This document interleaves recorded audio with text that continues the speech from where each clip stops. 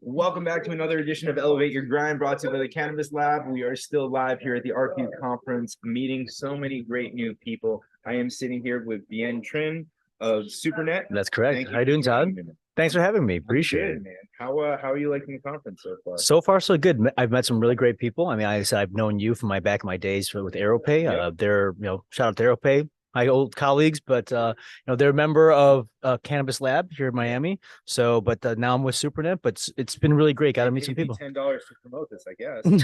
Thank you for helping me verify that was not a scam. It was not a scam. Beautiful. Not a scam at all. So, man, talk to me about what you're doing now. Absolutely. I really want to learn more about SuperNet. Sure. We chatted a little bit earlier, and I think obviously, I know it's something that the industry needs. So it is. So what we do is we there's two parts of our business. We have SuperNet and SuperProcessor. Okay. SuperProcessor is actually a payment processor. So Michael Sang and Dress Wedding, our two co-founders, have been working on really building up a true viable solution for the cannabis industry when it comes to payments. We've had so many pioneers in this space that have been doing what they do. From cash ATMs to debit card solutions, PIN debit card solutions to ACH transfers. ATMs are not an option anymore. That is not an option anymore. So now it becomes more and more prevalent with the PIN debit space, which is probably gonna get a little bit more adoption than the ACH options that are out there. But in the end, credit is the true kind of payment option that the cannabis industry, from merchants and consumers, they want. So what payment processor is, we are a true payment processing. We are the underbelly of the processing kind of the engine, right? So you have like the ComEds or those kind of electricity companies that give the residentials the electricity, but we want to be the actual power. We want to be actually fueling the transactions that are happening in the cannabis space. So right now you have, I don't think it's unheard of that there are people that are industries that are companies that are in the payment space that are currently in the traditional retail space, but they don't want to be associated with cannabis, but they're still playing in it, just like some of the banks as well. So you have that as a payment processor. And then you have those payment facilitators that work directly with either the merchants or the point of sale companies to provide them that back end solution to power their PIN debit solutions or their ACH transfers.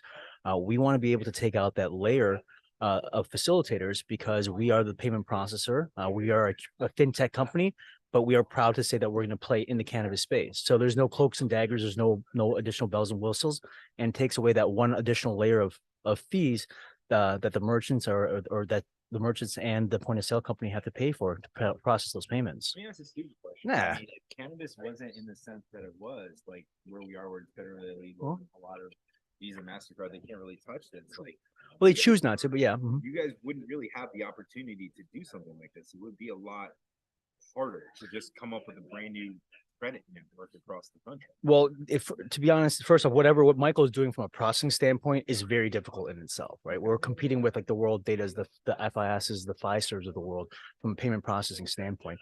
But you do make a great point. If the Safe Banking Act, or if it was federally legalized, it would be a little bit more of a different of a playing field. Visa, MasterCard would probably get in, along with some of these bigger institutions would probably back the credit cards and provide institutional loans and institutional capital injecting into the cannabis space. So, but unfortunately, /fortunately, but mostly unfortunately, most like you've heard that the Safe Banking Act, I'm still pretty bearish that it's going to pass. And even if it does, if Visa, MasterCards do get in, it's going to take them a little bit of time. Yeah. And they're probably going to, their rates are most likely going to be higher because it will be still considered a high risk industry or vertical to get into. So I don't think we have that much to worry about when it comes to from a competitive standpoint from those credit card companies. But again, we want to be able to provide a long-term solution to a problem that's going to be here until federal legalization, which will not happen within this lame duck session. It's funny about that. I started in this industry just over 4 years ago, and everyone told me that legalization was going to happen in 3 to 5 years. And the answer still has not changed. Right. So here, 4 years later, people are like, when do you think it's going to be federally legal? And people still say 3 to 5 years. I'm like, well, I heard that 4 years ago. So unless it gets legalized next year, you're just bullshitting. I think that's a really great way of putting it. I think that it was very bullish. When a couple of years ago when Biden was in office, you had the Senate, you had the House of Representatives all going blue. I thought that was the opportunity, and you saw the stock price of cannabis companies all go up because there was that like the end is in sight. Yeah. Obviously, we've seen a little bit of traction with the new medicinal research bill, along with the Expungement Act. But we still have a couple weeks until Safe Bank Act will pass. But when it comes to actual federal legalization, if it doesn't happen at the end of President Biden's term, if he doesn't get reelected, even if he does, you still have now the House of Representatives being read. And so a full federal legalization, you couldn't get North Dakota, South Dakota, and what was the other state that did not go as well? There was one more state I can't remember off the top of my head. States that travel.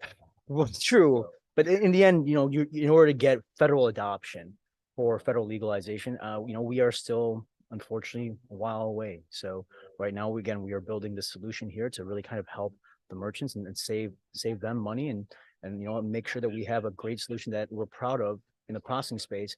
And we can say that we want to help cannabis. See, this is what I love about this industry is right now, we're at a point in time in this industry where if something doesn't exist, we have these great entrepreneurs in this industry that can support its own ecosystem, right? Like we said earlier, if this wasn't a federally illegal substance, it would be a lot harder for you. But right now, this is the true need that you're filling. So talk to me about the card. Like, where are you guys in this process? What's it Absolutely. Like, what are the benefits from it? Because I know you're not just giving me a piece of plastic. Right. More to it.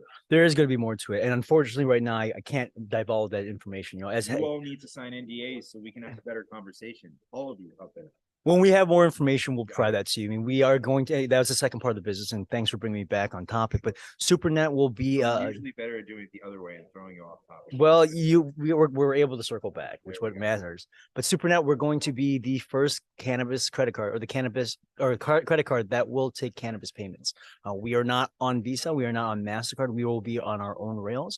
Our goal is to work with channel partners within the e-com a point of sale space in order to provide them with the opportunity and the advantage of being able to accept SuperNet payments here in the future.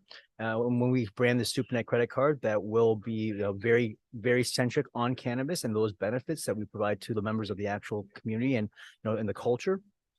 Then we'll be able to have more of that conversation. But again, like I've been brought on to kind of help with that. But the processing piece, I think, is really what we've been working on building, so that way we can help with those PIN debit solutions with those ACH transfers, and then also have the ability to provide credit in the future. Which actually is a huge need right now because a lot of dispensaries were on cashless ATMs. It's funny.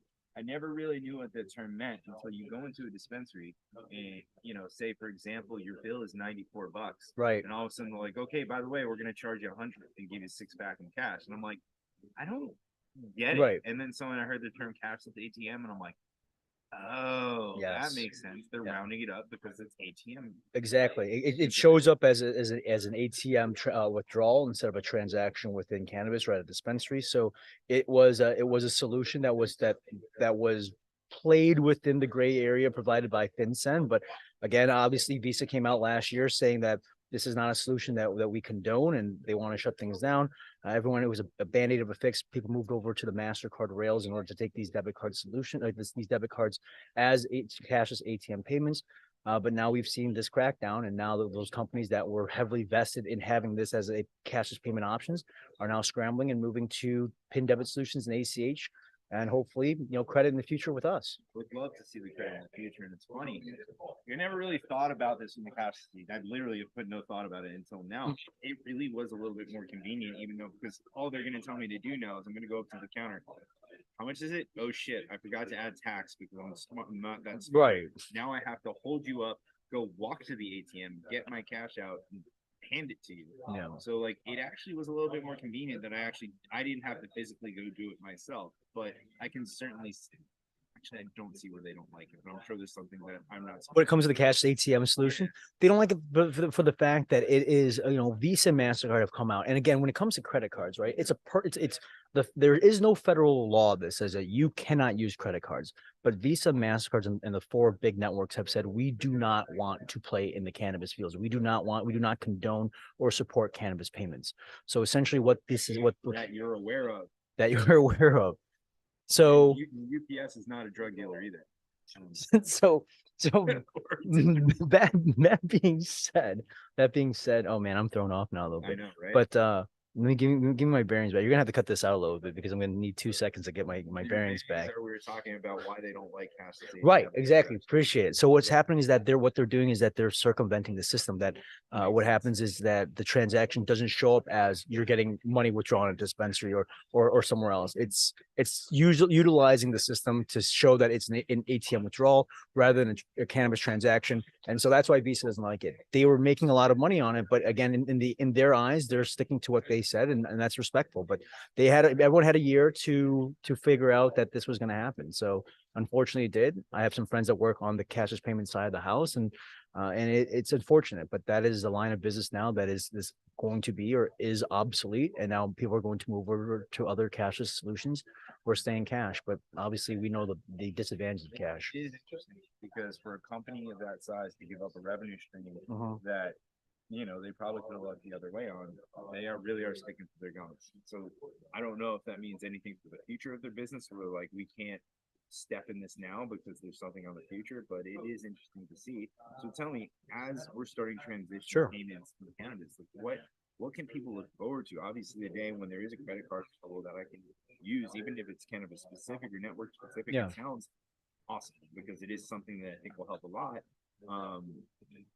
What else do we have to look forward to? What do we see on the payment side? What is the future? I mean, from the payment side, I think right now with you're gonna see a huge uptick in the true debit pin solution, right? There are companies like Pause a bit, like Blaze, Trees that have all built in, integrated in the a true pin debit solution that's integrated with their tech stack. So I think that you're going to see a lot more of that. I think you're going to see a lot more of ACH transfers, but I do believe that the end is in sight when it comes to credit. I think that's the biggest thing.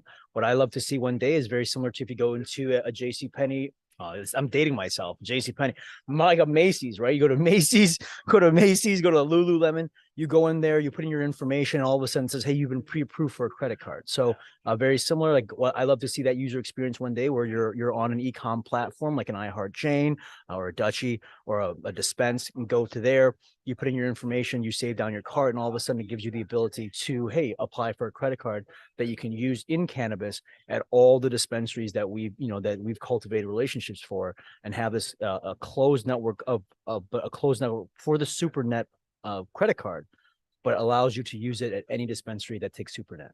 Dude, that's awesome. I'm really looking forward to that.